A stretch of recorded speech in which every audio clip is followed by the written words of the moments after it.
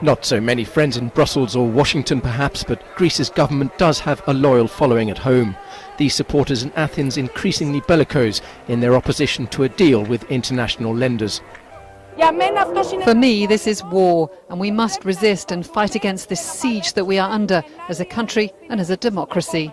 In any war there are civilian casualties. Pensioners struggling to get their pension on Monday, banks closed as capital control set in. From Wednesday, the Finance Ministry says 1,000 branches will open for them. Other Greeks are limited to getting money out of cash machines. With a €60 a day limit in place, it's a struggle.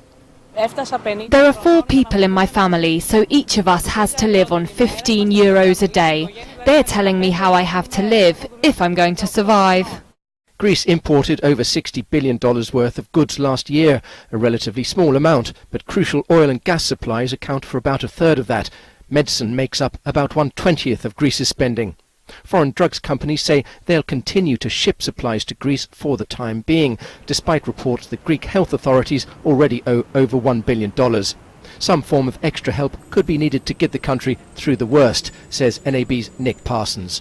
Even in the worst case scenario where it were to formally leave the single currency zone, we would expect that a package of humanitarian aid would be put together very, very soon to ensure the continuation of supplies, whose price would no doubt rise enormously in local currency terms, whatever that new local currency would be.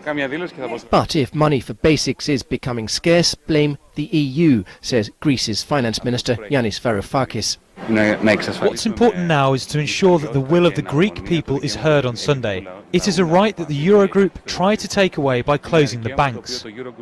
Sunday's referendum, a decision on principle, says the government, a yes-no vote on a sovereign state's future.